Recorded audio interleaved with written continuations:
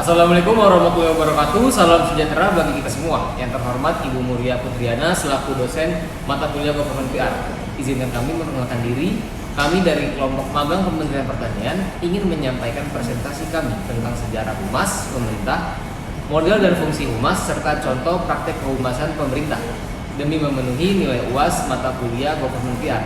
Saya Tegar Novanto dengan NIM 14085 2026. Saya Ahmad Alfiansyah dengan NIM 140852095. Saya Winita Cahyadi dengan NIM 14085 2072. Saya Pelanjunita Estancia dengan NIM 140820060.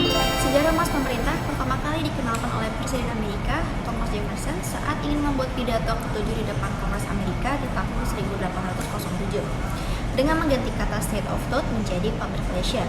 Nah, istilah public relation semakin terkenal saat Ivy Lee menerbitkan buletin public relation di tahun 1911.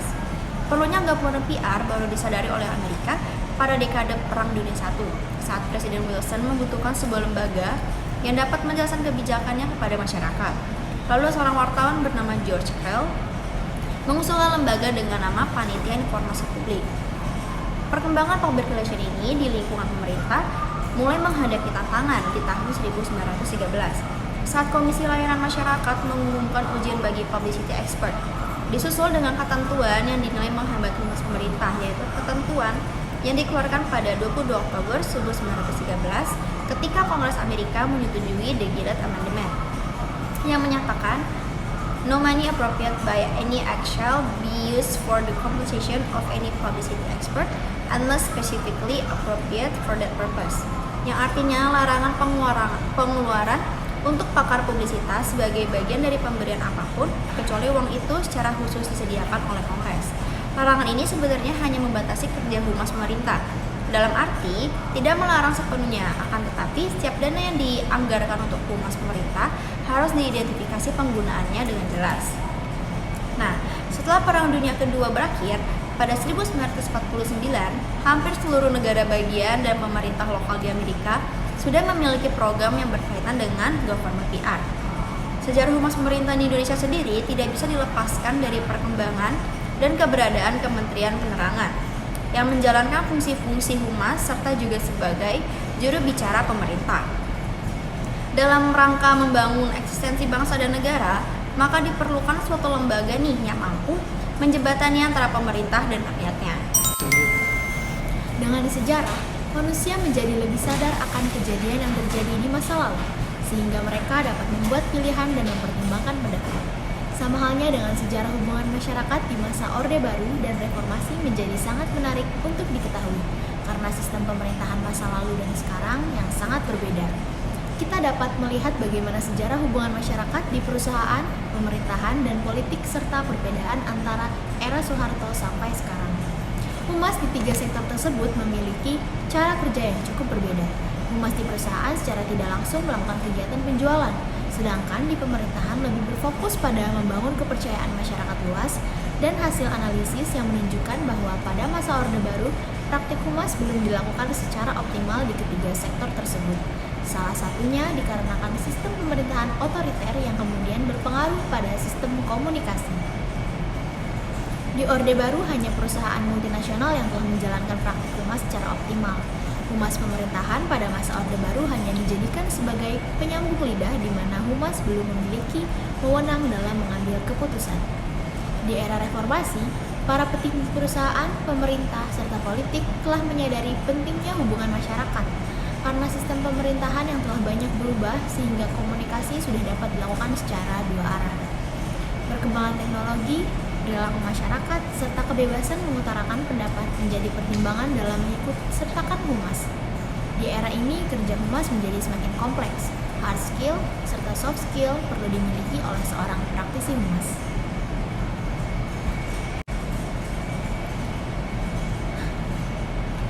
Humas, yang dalam banyak literatur disebut juga dengan istilah public relations atau PR, pada sejarah awalnya bukanlah sebuah profesi, melainkan sebuah aktivitas. Sama seperti profesi humas pemerintah yang sebelum digagas dalam penelitian ini, profesi tersebut belum mengemukakan dan masih dianggap sama dengan profesi aparatur sipil negara atau ASN. Frank Jeffkins menyebutkan bahwa PR adalah salah satu bentuk komunikasi yang berlaku untuk semua jenis organisasi, baik komersial maupun non-komersial, di sektor publik maupun private. Pendapat di atas masih membahas humas sebagai sebuah unit dalam organisasi, belum menyinggung humas sebagai individu yang menjalankan profesi humas pemerintah. Kata humas adalah merujuk pada pejabat humas, yaitu individu yang menjabat sebagai struktural humas maupun fungsional peralatan humas. Yang dalam hal ini peneliti menginterpretasikan sebagai individu yang berprofesi sebagai humas pemerintah. Awal pertumbuhan humas pemerintah sesungguhnya adalah ketika reformasi dimulai. Di sana pemerintah mulai menyadari akan pentingnya hal ini karena banyak daripada staf humas pemerintah menganggap bahwa profesi mereka adalah bagian dari PNS. Padahal nyatanya lebih dari itu. Hal tersebut menjadikan pemerintah daerah termasuk humas yang berperan harus solid dalam hal ini karena berhubungan langsung dengan masyarakat di daerah tanpa adanya instruksi khusus dari pemerintah pusat. Pada orde ini, sistem komunikasi yang digunakan masih bersistem satu arah, sehingga seluruh masyarakat masih percaya sepenuhnya kepada pemerintah. Tetapi saat ini semua berubah, sehingga layanan informasi pemerintah pusat maupun daerah juga harus berubah. Bicara mengenai pemerintah, maka tidak akan lupa mengenai birokrasi, karena hal tersebut sangat mempengaruhi kinerja para staf lainnya dan bahkan masyarakat itu sendiri. Sehingga birokrasi yang dirancang sebisa mungkin tidak bertele-tele dan tetap aman. Model kehumasan pemerintah. Fungsi Government Public Relations atau kehumasan pemerintah pada hakikatnya menjalankan praktik komunikasi kehumasan. Dalam literatur ilmu komunikasi, fungsi kehumasan menjadi penghubung atau jembatan antara institusi dengan publik agar selalu tercipta pandangan yang baik terhadap institusi. Dengan kata lain, Rosadi Ruslan mengungkapkan diantaranya, PR menjadi komunikator dan mediator yang proaktif dalam menjembatani kepentingan pemerintah dan menampung aspirasi serta keinginan-keinginan publiknya. Kegiatan-kegiatan tadi merupakan tugas pokok dan fungsi dari humas menurut pakar kehumasan James A. Grunig. Definisi dari humas adalah sebagai manajemen komunikasi antara organisasi dan publik yang berinteraksi dengannya. Model public relations yang dikembangkan terdapat 4 model, yaitu press agentry. Dalam sejarah awal model ini pada abad 19, press agentry bekerja untuk mempengaruhi opini publik dengan menciptakan berita-berita dengan tujuan sebagai promosi dengan tujuan mempengaruhi opini publik. Dengan demikian, press agentry atau publicity hanya membuat publisitas yang baik-baik saja. Kemudian model public information yang muncul pada awal abad ke-20 yang bergeser ke arah yang lebih benar dan tepat dalam berkomunikasi, meskipun hanya mendistribusikan informasi kepada publik. Public information hanya sebatas menyampaikan informasi akurat dan pesan yang bersifat netral saja. Model ketiga yaitu two-way communication asymmetrical, yaitu model komunikasi dua arah asimetris yang artinya hubungan komunikasi yang ada telah mengenal feedback dari publik ke organisasi, namun umpan balik tersebut hanya untuk keuntungan organisasi. Dalam two-way asymmetrical telah melakukan riset untuk mengemas pesan-pesan, namun organisasi tidak ingin berubah dan tujuannya hanyalah persuasi atau sebatas mempengaruhi publik saja. Artinya hanya membujuk atau merayu publik agar mau mengikuti apa yang diinginkan oleh organisasi. Pada akhirnya ada model yang keempat, yaitu hubungan komunikasi dua arah yang simetris atau two-way symmetrical model, yaitu hubungan yang terjalin dengan baik antara kedua belah pihak yang saling mempunyai umpan balik sebagai keuntungan bersama baik organisasi maupun publik. Two-way symmetrical melibatkan resiprositas dan dialog. Organisasi ingin berubah yang tujuannya adalah pemahaman bersama. Contohnya upaya dialog yang digunakan Jokowi dalam melakukan pendekatan kepada publiknya. Jokowi dan publik saling mendengar, bertukar pendapat tentang apa yang diinginkan pemerintah dan masyarakat. Setelah itu barulah kegiatan komunikasi dapat dirancang. Pada umumnya organisasi menerapkan 4 model PR tersebut. Contoh praktik kehumasan pemerintah. 1. Peran Humas Kota Surabaya dalam membangun citra bangga Surabaya sebagai upaya untuk meningkatkan citra pemerintah Kota Surabaya. Bagian hubungan masyarakat mempunyai tugas melaksanakan sebagian tugas sekretaris daerah di bidang layanan informasi, liputan, berita, dan pers, serta dokumentasi dan pelaporan yang meliputi, menyusun dan melaksanakan rencana program, dan petunjuk teknis, melaksanakan koordinasi, kerjasama dengan lembaga atau instansi lainnya, melaksanakan pengawasan, pengendalian, melaksanakan evaluasi dan pelaporan, yaitu melaksanakan tugas-tugas lain yang diberikan oleh asisten administrasi umum sesuai dengan tugas dan fungsinya yang termaktub dalam pasal 32 di dalam Peraturan Wali Kota Surabaya nomor 44 tahun 2016. Dalam menjalankan tugas dan fungsi dalam melakukan uraian tugasnya untuk dapat mewujudkan tata kelola pemerintah yang baik sehingga dapat meningkatkan sebuah citra pemerintah, yaitu melalui Bangga Surabaya. Humas atau Public Relation bertindak sebagai komunikator dalam menyampaikan informasi, yaitu melalui media cetak maupun media elektronik, dan menyampaikan langsung melalui lisan ataupun bertatap muka dengan publik. Dalam membangun citra Bangga Surabaya sebagai upaya untuk meningkatkan citra pemerintah Kota Surabaya yang sejalan dengan asosiasi di dalam definisi kerja atau working definition oleh International Public Relations Association atau IPRA, terbitan Gold Paper nomor 4 dengan judul A Model for Public Relations Education for Professional Practice. Dalam menyampaikan informasi yang dilakukan adalah melalui dua arah.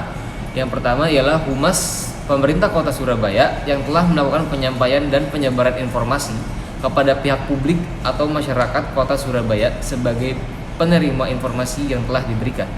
Yang kedua ialah komunikasi dua arah atau timbal balik dan mengatur arus informasi, publikasi, serta pesan dari badan atau organisasi ke publiknya, atau sebaliknya, demi tercapainya citra positif bagi kedua belah pihak. Selanjutnya adalah pemahaman petugas kehumasan Kementerian Dalam Negeri tentang peran humas pemerintah. Pelaksanaan tugas pokok pemerintah, yaitu pelayanan, pemberdayaan, dan pembangunan yang dilakukan pada masyarakat berusaha dioptimalkan melalui berbagai revitalisasi. Salah satunya adalah dengan membuat Peraturan Menteri Dalam Negeri nomor 13 tahun 2011, di mana di peraturan tersebut dijelaskan bahwa humas pemerintah termasuk Humas Kemendagri berperan sebagai tempat komunikasi pemerintah kepada masyarakatnya sekaligus menjalankan peran pemerintah untuk memberikan informasi yang transparan sesuai dengan tuntutan publik. Peran humas menurut praktisi Humas Kemendagri dalam sebuah lembaga baik swasta maupun pemerintah adalah sangat penting. Keberadaan profesi ini dalam sebuah lembaga berperan untuk menciptakan goodwill publik terhadap lembaga maupun sebaliknya, mengkomunikasikan goodwill lembaga terhadap publiknya. Selain membangun goodwill, humas pemerintah juga menjalankan peran menjaga hubungan baik pemerintah dengan stakeholder atau pemangku kepentingan seperti media, baik lokal, nasional, maupun internasional. Selain media, hubungan yang baik juga harus dibangun adalah antara pemerintah dengan masyarakat atau warga negara, hubungan dengan organisasi lain yang memiliki kepentingan dengan Kemendagri. Hal ini muncul dari pendapat Andri Indrawan dari Kemendagri berikut ini, yaitu peranan humas sangat penting sekali. Humas berperan untuk menjaga goodwill, menjaga hubungan baik pemerintah dengan stakeholder, baik itu media maupun masyarakat dan organisasi, membangun pemahaman masyarakat tentang kebijakan pemerintah, membangun kepercayaan masyarakat terhadap pemerintah. Dahulu, humas pemerintah menghadapi sekat-sekat informasi sehingga menghambat tugas humas dalam membangun opini publik dengan lugas dan ideal. Dengan hadirnya Undang-Undang Permendagri nomor 13 tahun 2011, maka sekat-sekat itu dirobohkan sehingga Humas Kemendagri memiliki akses informasi, mendapatkan suplai informasi, mengolah dan menyebarluaskan informasi tersebut ke publik secara proporsional dan tepat sasaran. Semua dalam koridor upaya membentuk opini publik kepada lembaga. Upaya pembentukan opini publik terhadap pemerintah tak lepas dari pentingnya kemampuan pelaku kehumasan Kemendagri untuk mampu menjadi newsmaker bagi lembaganya. Analisis strategi humas pemerintah era milenial dalam menghadapi tata kelola informasi publik. Potensi peran humas pemerintah di era milenial sangatlah tinggi seiring dengan kemajuan teknologi informasi, iklim demokrasi yang terbangun, serta masyarakat yang semakin kritis. Mewujudkan lembaga humas pemerintahan yang memiliki tata kelola informasi yang baik dan adaptif terhadap perubahan zaman sangatlah tidak mudah. Terdapat peluang dan kendala untuk mewujudkan aparatur pelaksana humas. Pemerintahan yang profesional tergantung pada visi, misi, strategi, dan taktik pimpinan dalam memberdayakan peran, fungsi, serta kewenangan lembaga kehumasan dalam mengelola informasi publik. Tujuan penelitian ini adalah untuk mengetahui unsur dan model mekanisme strategi humas pemerintahan di era milenial. Pemerintah selaku pemilik informasi kebijakan yang menyangkut hajat hidup orang banyak harus dapat mendiseminasikan informasi publik secara offline maupun online. Sebab penyampaian informasi baik online maupun offline membutuhkan kerangka, acuan, pengetahuan, dan pengalaman di bidang kehumasan dalam meningkatkan pengelolaan komunikasi digital yang informatif dan dialogis serta mampu menjalin hubungan baik dengan publik untuk mewujudkan transparansi dan akuntabilitas informasi. Meskipun humas merupakan salah satu metode komunikasi yang sangat diandalkan oleh suatu lembaga, namun secara peran dan fungsi kendala kadangkala memiliki keterbatasan. Sementara itu, beberapa keterbatasan yang dimiliki oleh humas pemerintah di era revolusi industri 4.0 ini adalah keberadaan SDM di bidang humas komunikasi publik yang sedikit sesuai dengan kompetensi yang berasal dari kualifikasi ilmu komunikasi maupun kehumasan, operasional, infrastruktur, teknologi, informasi, dan komunikasi yang terbatas oleh anggaran dan pelaksanaan kebijakan mengenai tugas, fungsi, dan posisi humas pemerintahan yang berbeda-beda di setiap kelembagaan pemerintahan. Keterbatasan ini dapat menjadi permasalahan tersendiri bagi tata kelola kehumasan pemerintahan yang menuju profesional. Kondisi seperti ini dapat dilihat dari pernyataan Niken Sitalaksmi Wijaja selaku Kepala Subbagian Perencanaan dan Strategi Komunikasi BKIP Kemenhub menyebutkan bahwa hierarki pengambilan keputusan berlapis, belum ada survei persepsi publik, evaluasi dan audit komunikasi secara komprehensif dalam pengelolaan komunikasi publik di Kemenhub serta terbatasnya SDM ASN dengan keahlian khusus, desain grafis, jurnalistik, konten kreator, dan lain sebagainya menjadi permasalahan yang cukup serius dilembagakan.